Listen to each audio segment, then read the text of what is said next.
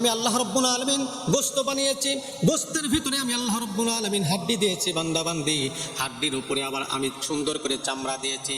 ও বান্দাবান্দি, চামড়া দিয়ে আস্তে আস্তে তিল তিল করে তোমার মায়ের পেটের ভিতরে আমি আল্লাহ রাব্বুল আলামিন তোমাকে বানিয়েছি। জোরে বলেন আল্লাহু আকবার।